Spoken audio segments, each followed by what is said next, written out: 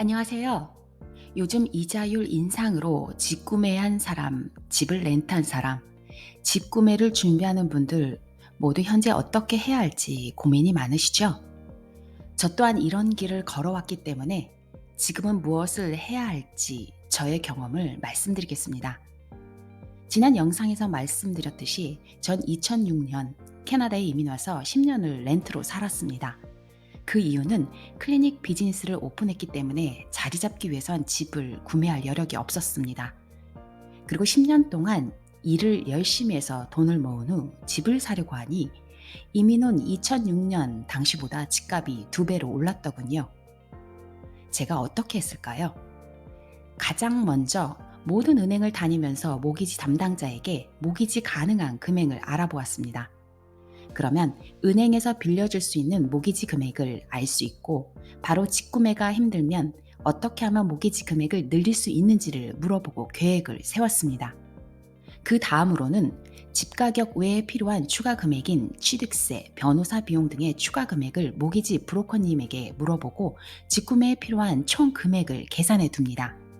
그런 다음 집 구매를 위한 중개사, 리얼터를 찾습니다. 그리고 리얼터와 함께 집을 보러 다닙니다. 이때 분양하고 있는 새 집을 살 것인지와 헌 집을 살 것인지 정합니다. 항상 지금도 그러하듯 집 가격이 같은 기준으로 보면 집의 규모가 헌 집은 크고 새 집은 작습니다. 이것은 땅값은 계속 올라가니 시간이 지나도 변하지 않는 진리 같습니다. 캐나다에서 집을 구매한다는 것은 집수리도 할 수 있어야 합니다. 그래서 집수리에는 전무한 우리에게는 새 집을 선택하는 것이 현명하다고 생각했습니다. 그래서 우리는 새 집을 구매하기로 결정했고, 그러면 5년 정도는 분양사의 워런티 기간으로 집을 수리를 받을 수 있습니다. 자, 그럼 집을 선택하셨다면 리얼터와 함께 디파짓이라는 돈을 내고 계약을 합니다. 그리고 은행 모기지 브로커님에게 계약서를 보내줍니다. 새 집으로 분양을 할 경우 대부분 2번이나 3번에 걸쳐 나눠서 납부합니다. 거의 집 가격의 15%에서 20% 정도는 해당이 됩니다. 그 이유는 은행 모기지 대출이 대부분 80%가 가장 큰 금액이기 때문입니다.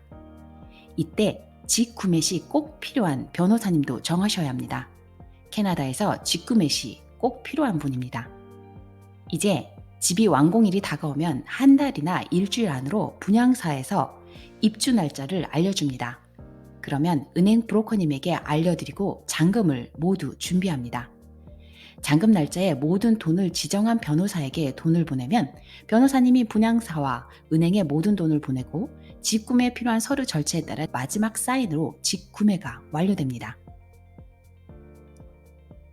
현재 시점으로 돌아와 지금 이야기를 해드리겠습니다. 요즘 언제 집을 구매하는 것이 좋을까요? 하고 주변 분들이 많이 물어보십니다. 집 구매는 내가 준비되었을 때 언제든지 최대한 빠를수록 저는 좋다고 말합니다. 집이란 내가 마음 편하게 사는 곳이고 어떤 누구도 나가라고 하지 않는 곳입니다.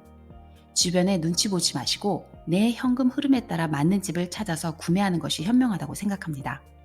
제 개인적인 생각이고 지금까지 한 방법을 알려드리면 집을 살 적기는 남들이 집을 팔려고 할 때와 남들이 집을 살 생각이 없을 때 움직이는 것이 가장 좋은 적기입니다. 저는 첫 집으로 2015년 50만 불대 로우홈을 구매했습니다.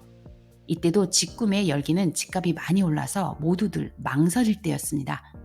분양하고 있는 새 집을 산 이유가 집 규모는 작아도 분양가 밑으로 집 가격이 떨어지지 않을 것이라는 생각과 새 집을 집수리 시 워런티를 고치기에 별도의 비용이 들어가지 않을 것이라고 생각했기 때문입니다. 무턱대고 오래된 집을 사시면 집수리하다가 생각지도 않은 비용이 많이 발생할 수 있습니다. 캐나다인들은 어려서부터 집수리를 부모가 하는 것을 보고 배우기에 거의 다 고치면서 살고 있습니다. 저희는 남들이 전혀 움직이지 않는 시기인 2019년 여름에 1.3 밀리언 싱글 하우스를 분양하는 집을 계약했습니다. 아무도 사지 않아서 분양사에서는 집 가격을 내릴 수 없으니 거의 5만 불 정도의 풀 옵션을 받으면서 구매했습니다. 2020년 10월에 이사하고 난 후 아무도 예상하지 못한 집값은 또 뛰기 시작했습니다. 우리는 이번이 우리 인생에서 마지막 기회일지도 모른다 생각하고 집을 더 업그레이드 하기 위해서 은퇴 자금, 학자금 모아둔 거 모두 깨서 더 큰 하우스로 2021년 7월에 2.6 밀리언으로 이사를 했습니다. 이때 은행 브로커님도 리얼터님도 왜 이사를 하시는지 물어보았었죠. 그러나 우리는 이때 움직여야 할 것이라고 생각했습니다. 2021년 7월에 이사하고 난 후 또 모든 이들이 집 구매 열광이 다시 시작되어 집값이 또 뛰기 시작했습니다. 그래서 현재 집값은 3.2 밀리언으로 오른 상태입니다. 이 이야기가 거짓말이라고 생각하시거나 저에게 욕을 할 수 있겠지만 그동안 제가 올린 영상과 앞으로 올린 영상을 참고하시면 도움이 될 것이라 생각합니다. 이런 과감한 움직임을 할 수 있는 이유는 렌트 생활 10년부터 지금까지 집 동향을 계속 공부했기 때문입니다. 첫 번째, 내가 살고 있는 도시계획 알아보기. 두 번째, 모든 집 리스트 사이트를 보시면서 집 사이즈에 따른 집 가격 동향을 파악하기. 세 번째, 과거의 이자 이율에 따른 세계 동향과 캐나다 동향 파악하기. 네 번째, 쉬지 않고 열심히 일해서 현금 자금 만들어 놓기. 다섯 번째, 많이 일해서 세금 보고 많이 하여 은행 모기지 융자 금액 늘려놓기.